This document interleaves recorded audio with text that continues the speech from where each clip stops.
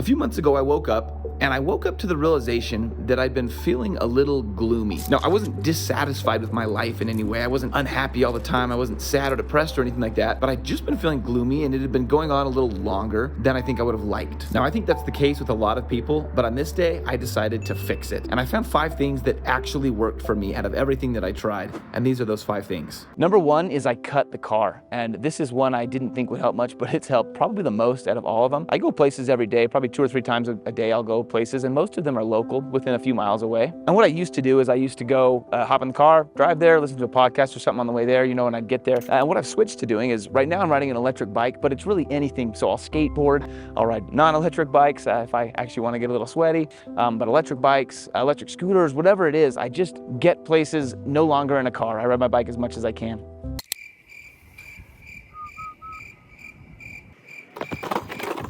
And if you think you can't do that with kids, I do it with 3 of my kids as well. You can see I've got that bike cart on the back there, and I've got a seat right there.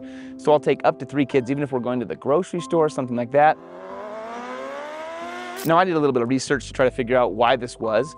And it really comes down to being outside and kind of moving around, right? Getting endorphins going and stuff. It's going to increase your serotonin, it's going to increase your oxygen, and then combined, those are going to reduce your stress and reduce your anxiety. Now, those are kind of like the doctor's terms for what's happening here, but to put it in layman's terms, what it's doing for me is it's just making me happier, making me feel more relaxed and less stressed. And when I get somewhere, I don't feel frazzled. Even when I'm with 3 kids or something like that, I just kind of feel a little more relaxed all around all the time. All right, number 2, and I know that you knew this was coming, but I want to very specifically talk about the how of this, because what I'm going to talk about here is really easy to understand and really hard to implement. And that's I dramatically cut the use of my phone, and very specifically the use of social media. And it's almost scary because there's literally times where I'm sitting there and I find myself looking at my phone, and then I come out of it and realize I don't even remember picking up the phone. I definitely never made a conscious decision to pick up my phone. But no, like I said, that's easier said than done. I think we've all made goals on New Year's or just other times in our life where we say, I'm gonna stop using Facebook, Instagram, TikTok, or I'm gonna use my phone for a much less time. But within a few weeks, it shifts right back to where it was. So I spent a lot of time looking into this because I knew this was one of the core things that was probably bothering me. And I watched a bunch of YouTube videos and a bunch of methods, and most of them seemed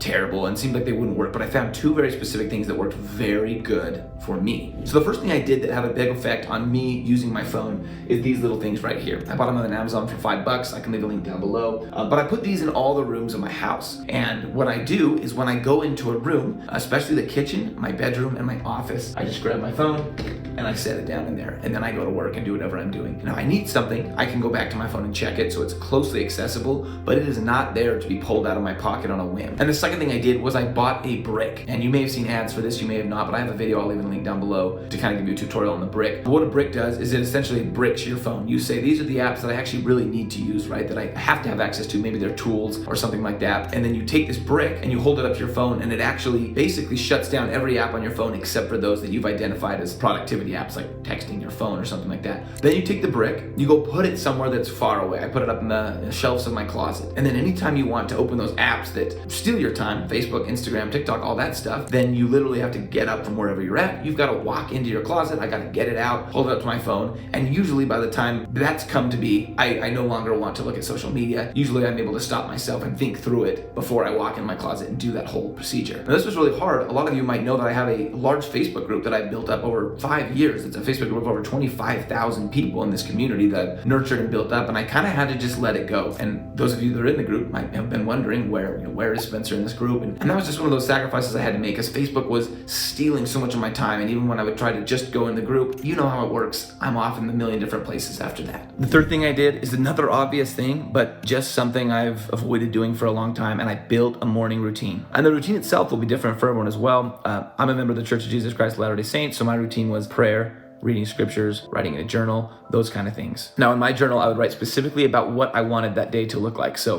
typically, in the way I was always taught, is the end of the day journal, right? This is what happened, things like that. I tweaked my journal to be a forward journal, and I wrote about what I want my day to be. This is what I'm going to do. This is how I'm going to respond to different situations that might arise, things like that. Now, I don't think anyone has to do any one of these, but some kind of morning routine that follows a set of rules. And this is where I think it really worked well for me, is I created a set of rules that I have to follow. Rule number 1 is you have to have this done without distractions, meaning you got to wake up earlier, you've got to go somewhere where no other people are. I think you need this time in the morning, and it really helped me to have that time in the morning alone, quiet, no one around asking for things. And the second rule was a big one. I am not allowed to touch my phone until I finish the morning routine. And this broke that habit I have, and I think we all have this. You wake up and you reach over, and the first thing you do is your eyes are opening, right? Is grab that phone and see what happened across the world on social media that night or something. Just such a terrible way to start your day, right? And so that simple rule of you finish your morning routine, then you're okay to go check your phone has really helped me. All right, moving on to number 4. I probably should have filmed that one in my bed, but you'll understand why here in a minute. Number 4 was I actually started taking power naps. And we have a full video coming out on this soon. I actually experimented and took power naps every day for 30 days. Now, I've always been a big Sunday napper. I come from church and I crash super hard, but that's come with some major problems, and maybe you can relate to this. I take this 2.5 hour nap Sunday, then Sunday night I'm up till like 1 in the morning, just wasting my time because I can't sleep and it's too late to do anything productive really for me. Then I'm super tired Monday and I'm exhausted all week till Sunday, and I finally get my catch-up nap, but it ruins my next Monday. So I wanted to break that. So that's when I started researching these power naps, and I found this study from NASA where they did this study where astronauts would take 26-minute power naps, and the level of efficiency increases and like how much better they were at their job from that just small power nap was huge. It was like a 50% increase just from taking these little power naps in the middle of the day, right? 20 minutes out of your day, and it increases pretty much every output